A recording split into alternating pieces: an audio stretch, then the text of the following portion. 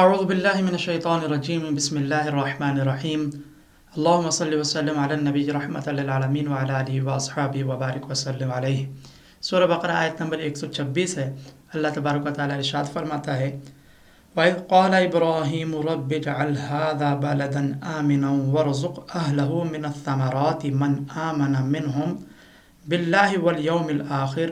اور اس وقت کو یاد کیجئے، یعنی اے محبوب صلی اللہ علیہ وسلم اس وقت کو یاد فرمائے کہ جب ابراہیم نے عرض کی کہ اے میرے مالک، اے میرے رب، اس شہر کو امن والا بنا دے اور اس میں رہنے والے جو اللہ اور آخرت کے دن پر ایمان رکھتے ہیں انہیں مختلف پھلوں کا رزق عطا فرما۔ اس آیت کریمہ میں بیان کیا گیا ہے کہ حضرت ابراہیم علیہ السلام نے مکۃ المکرمہ کے لیے دو دعائیں فرمائی۔ ایک تو دعا یہ فرمائی کہ اے اللہ اس شہر کو امن کا گہوارہ بنا دے، امن کی دعا فرمائی، اور دوسری دعا اس شہر کے اہل ایمان کے لیے آپ علیہ السلام نے تازہ پھلوں کے رزق کے بارے میں فرمائی۔ جس وقت آپ علیہ السلام نے دعا فرمائی اس وقت یہ ایک ایسا شہر تھا کہ جس میں نہ تو کھیتی باڑی ہوتی تھی نہ ہی کوئی پھل تھے۔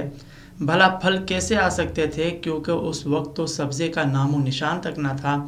شہر مکہ ایسا ہی تھا جیسے کوئی جنگل بے آب و بے دانہ ہو۔ لیکن جب حضرت ابراہیم علیہ السلام نے دعا فرمائی تو اللہ تبارک و تعالیٰ نے ان کی دعا کو شرف قبولیت عطا فرماتے ہوئے شہر مکہ کو ایک پرامن شہر بنا دیا۔ اسی طرح آپ علیہ السلام کی دعا کی برکت سے پھلوں کی کثرت فرمائی، اور اس کا مشاہدہ کیا جا سکتا ہے کہ آج بھی مکۃ المکرمہ میں ہر قسم کے پھلوں کی افراط ہے۔ اس سے معلوم ہوا کہ جب اللہ تعالیٰ کا کوئی مقرب بندہ اللہ تعالیٰ کی بارگاہ میں دعا کرتا ہے تو اس کی دعا رد نہیں کی جاتی۔ لہذا اسی سے یہ نتیجہ اخذ ہوا کہ جب بھی اللہ تعالیٰ کے مقرب بندوں کی خدمت میں حاضری کا شرف حاصل ہو تو ان سے دعا کی التماس ضرور کی جائے۔ انشاءاللہ العزیز ان کی دعا کے طفیل ہم پر بھی بے حد فضل و کرم ہوگا۔ یہاں یہ بات ضرور یاد رکھی جائے کہ دعا کی قبولیت کی مختلف صورتیں ہوتی ہیں۔ سرکار دو عالم علیہ الصلوۃ والتسلیم ارشاد فرماتے ہیں کہ جب بھی کوئی مسلمان ایسی دعا کرے کہ جس میں گناہ یا قطع رحمی نہ ہو تو اللہ رب العزت تین باتوں میں سے کوئی ایک ضرور عطا فرماتا ہے۔ یا تو اس کی دعا قبول کر لی جاتی ہے، یعنی جو دعا مانگی گئی بعینی ہی وہ پوری ہو جائے،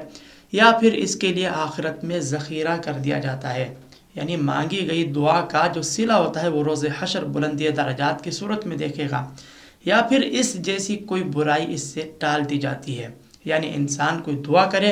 اور اگر اس پر کوئی مصیبت افتاد آنے والی ہو تو اس دعا کی برکت سے وہ اس افتاد سے محفوظ ہو جاتا ہے۔ لہذا معلوم ہوا کہ دعا بہرحال قبول ہوتی ہے، یہ الگ بات ہے کہ دعا کی قبولیت کی صورتیں مختلف ہوتی ہے۔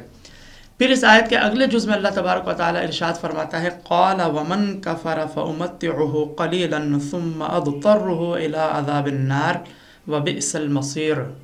یعنی اللہ تبارک و تعالیٰ ارشاد فرماتا ہے کہ اور جو کافر ہو تو میں اسے بھی تھوڑی مدت کے لیے نفع اٹھانے دوں گا، پھر اسے دوزخ کے عذاب کی طرف مجبور کر دوں گا اور وہ پلٹنے کی بہت بری جگہ ہے۔ یعنی اس آیت میں بیان کیا جا رہا ہے کہ حضرت ابراہیم علیہ السلام نے شہر مکہ میں بسنے والے اہل ایمان کے لیے پھلوں کے رزق عطا فرمائے جانے کی دعا فرمائی تو اللہ تبارک و تعالیٰ نے فرمایا کہ ایسا شخص کہ جس نے کفر کیا اس کو بھی کچھ زمانے تک فائدہ پہنچاؤں گا، لیکن اس کے بعد اسے جہنم کے عذابات کی طرف دھکیل دیا جائے گا۔ گویا کہ یہاں بیان کیا جا رہا ہے کہ رزق تو سبھی کو عطا کیا جائے گا، چاہے وہ اہل ایمان ہو یا اہل کفر، البتہ آخرت کی دائمی ہمیشگی والی زندگی کے مقابلے میں دنیاوی زندگی تو محض تھوڑی ہے، محض کچھ زمانہ ہے۔ لہذا کافر کو صرف دنیاوی زندگی میں رزق ملے گا لیکن آخرت کے انعامات میں اس کا کوئی حصہ نہ ہوگا، جبکہ اہل ایمان تو دنیا میں بھی رزق پائے گا اور آخرت میں بھی اس کا حصہ ہوگا، آخرت میں بھی انعامات کا سلسلہ ہوگا۔